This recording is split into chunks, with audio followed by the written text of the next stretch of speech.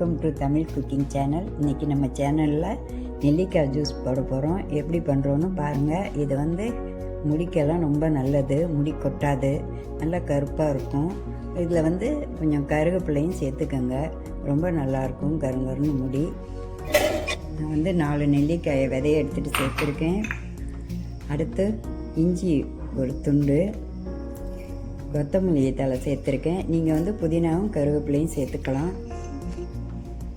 Salt கொஞ்சம் தண்ணி விட்டு மிக்சியில் அடிச்சிட வேண்டியதுதான். வடிகட்டி எடுத்துக்கோங்க.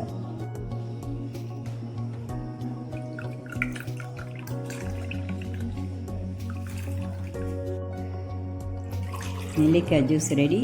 வாரத்தில் உங்களால் முடிஞ்சால் 3 நாள் எடுத்துக்கோங்க, உடம்புக்கு ரொம்ப நல்லது. இந்த காலத்து பசங்களுக்கு இது தெரிய மாட்டேங்குது.